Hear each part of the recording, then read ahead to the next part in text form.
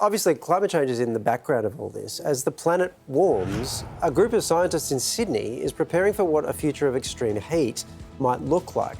So they're testing the limits of our endurance, exposing human guinea pigs like 31-year-old marathon runner Owen Dillon to brutal conditions. Conditions that Owen was exposed to was 54 degrees Celsius and 26% humidity. Owen was an excellent candidate because he's very fit, he's very active, so he's probably already heat acclimated, plus he'll have the maximum tolerance that's possible to the heat. Let's find out how he did. The human guinea pig himself, Owen Dillon, joins us. Owen, just how did it feel being in the climate chamber? Mostly terrible. I would say there was a general feeling of anxiety, which does make sense because it is a condition where you're supposed to die after 6 hours, and I knew I was going to be in there for 3. I think I ruined my shoes because they got way too hot and also they filled up with sweat. That's another thing that you become pretty acutely aware of. Were you dizzy? Was your heart pounding? Like, what other kind of things were you experiencing? Heart was pounding. The heart rate stays pretty low because you are just sitting still. But every pump was getting harder and harder to the point where, you could really feel the jolt. It wasn't designed to be great, I guess. Now, you went through a range of temperatures and humidities. Tell us what you thought was the most difficult part. The temperature was, at least when you first go in, could be quite nice, whereas the humidity was always awful.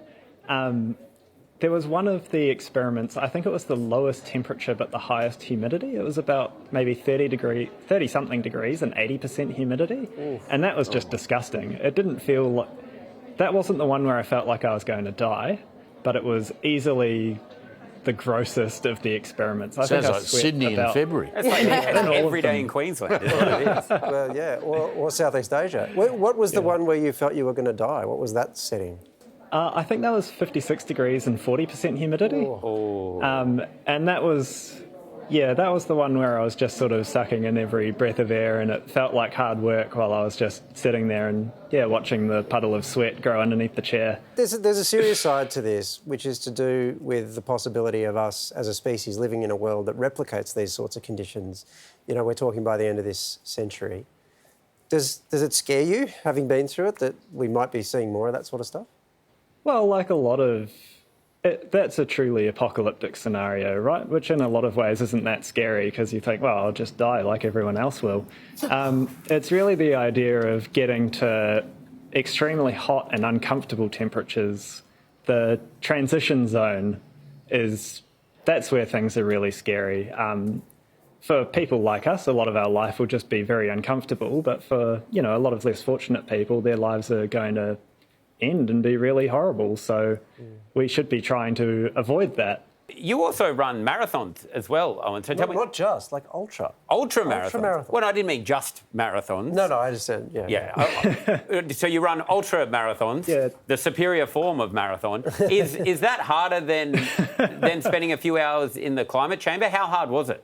I'd definitely rather run 2 marathons back to back than get in that room for another 3 hours. The first time I went into that room, it was only 90 minutes at just walking at, I think, 40 degrees heat, 50% humidity. And after that session, I definitely felt more tired than after I'd gone for an 80k run.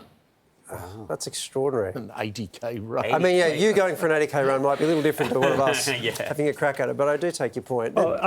The 80k run's quite nice in Sydney. Okay, that's following the Bondi to Manly, which is it's a beautiful track. This is crazy talk. You are not an appropriate subject for that conversation, I don't think.